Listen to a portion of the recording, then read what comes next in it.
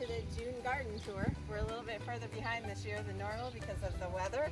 Today it's about 50 something degrees, so it's chilly, in June 13th.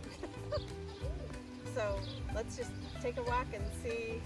Mostly the flowers are doing well, the garden is doing okay, and we hope to have garden tours every month of the growing season. In the front of the house I have a lot of annuals, and there's also Annabelle hydrangeas, vanilla strawberry hydrangeas, limelight hydrangeas, bobo hydrangeas, hostas, and once this all starts blooming it'll be amazing. I have galvanized buckets, vintage galvanized buckets from flea markets that are filled with annuals. I love supertunias, I love ornamental cabbages and kale, grasses, alyssum.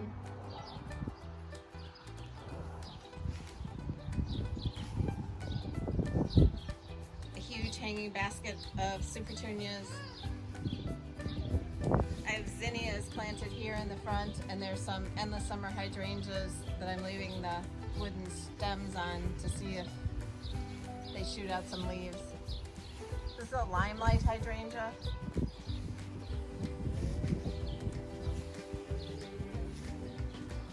This is another hanging basket with supertunias.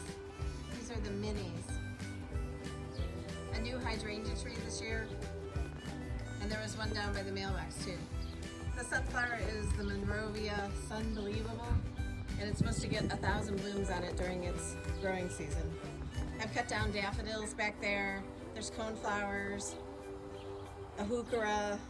This is a limelight hydrangea that gets really tons of blooms on in the summer.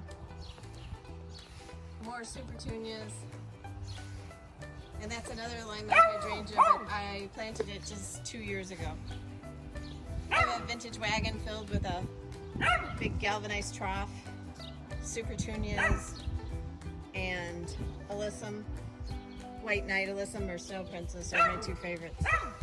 And then over here I have tons of zinnias and sunflowers planted, and 2 vanilla strawberry hydrangeas, and the hydrangea on the end is a pinky winky, an old-fashioned rose, and it blooms the prettiest pink flowers, and then there's another one that blooms the red flowers.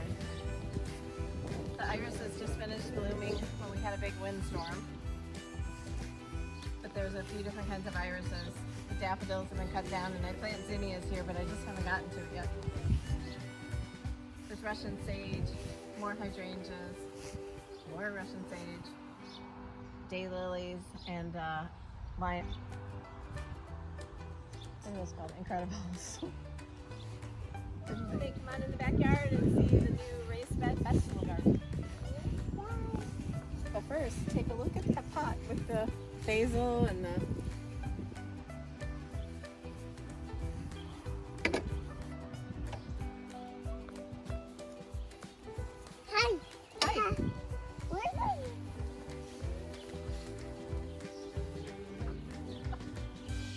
So this year, I finally talked my husband into raised beds, and he and my sons built them.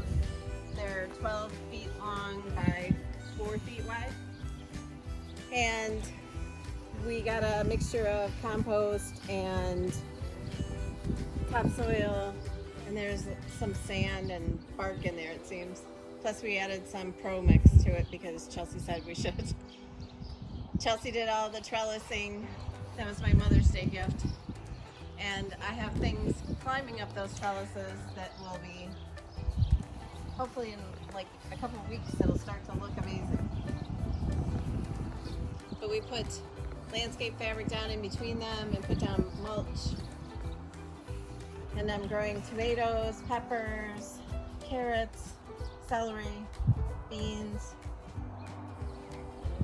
of course the ornamental cabbages, peppers, zucchini, cucumbers.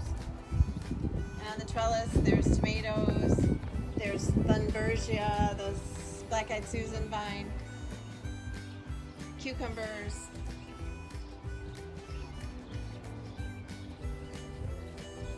but I'm really loving having them, and it's so nice not to have a bunch of weeds.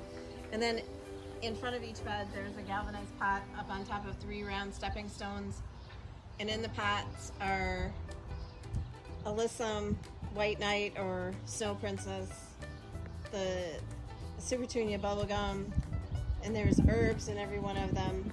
Lots of basil. Couldn't find my Amazel basil, but and then in the center one there's salvia. What is that one? Blue suede shoes or rockin' something, but it's another proven winter's plant.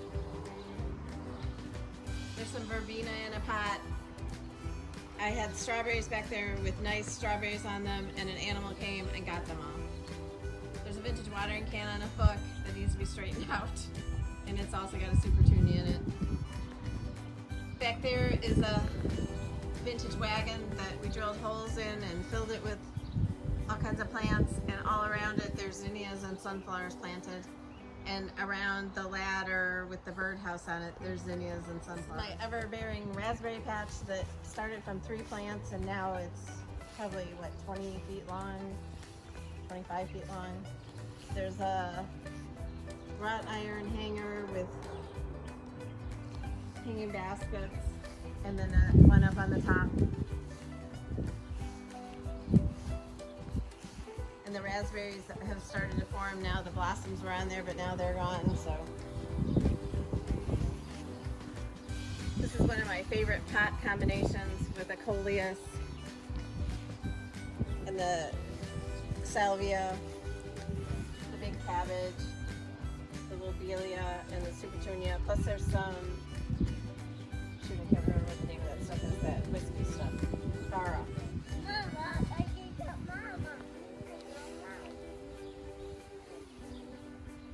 So I'm not taking it all the way down the sidewalk because we haven't planted it up, because we're supposed to be getting new sidewalks. We were supposed to have them 2 weeks ago. But I have some big pots filled with just beautiful annuals. And of course those cabbages. There was some nepeta. And I'm always on the lookout at flea markets for galvanized buckets to plant in. And then here I have 2 of the big incredible hydrangeas.